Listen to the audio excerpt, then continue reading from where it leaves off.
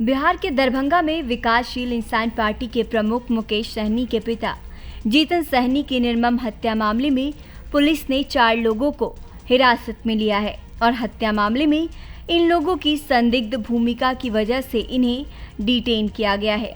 जीतन सहनी के घर के पास लगे सीसीटीवी से पता चला है कि सोमवार रात तकरीबन 10:30 से 11 बजे के बीच 4 लोग उनके घर में घुसे और कुछ देर बाद भीतर रहने के बाद बाहर आ गए। इन चारों लोगों की मोबाइल डिटेल, पूर्व की हिस्ट्री, जीतन सहनी के साथ लेन देन, देर रात उनके घर जाने की वजह से हर एंगल से पूछताछ की जा रही है और इसके बारे में जानकारी इकट्ठा करने की कोशिश भी की जा रही है। अभी तक के जांच से ये पता चला है कि इन 4 लोगों में से 1-2 लोगों ने जीतन सहनी के ब्याज पर पैसा उधार लिए थे।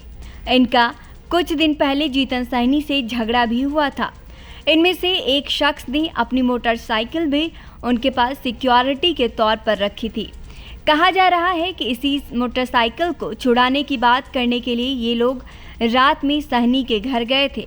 जांच में पता चला कि इनमें से 2 लोगों से 2 दिन पहले ही जीतन सहनी की कहासुनी हुई थी। इस दौरान इन्हें सबक सिखाने की धमकी भी दी गई थी।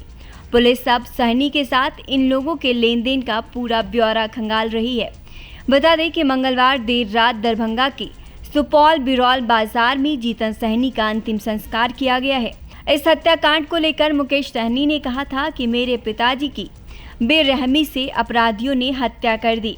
पिताजी को इतनी क्रूरता से मारा गया है कि शब्दों में बयां करना बेहद मुश्किल है।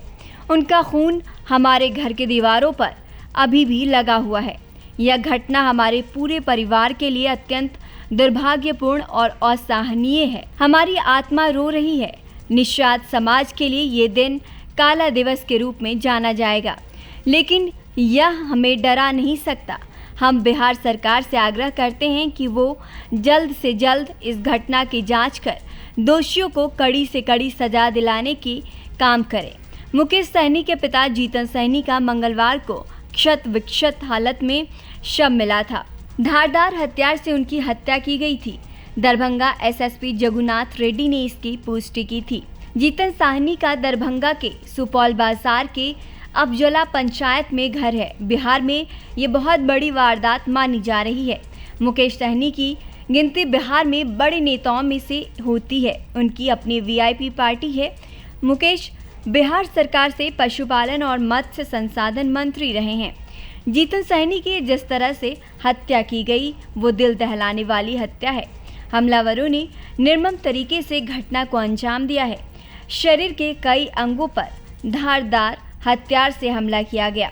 मुकेश के पिता जीतन सहनी गांव में स्थित घर में अकेले रहते थे। उनकी पत्नी का 8 साल पहले निधन हो चुका था। उनके दोनों बेटे मुकेश सहनी और संतोष सहनी बाहर रहते हैं। एक बेटी रिंकू सहनी है जिसकी शादी हो गई है और वो मुंबई में रहती है। बाकी खानदान के अन्य सदस्य भी गांव में ही रहते हैं।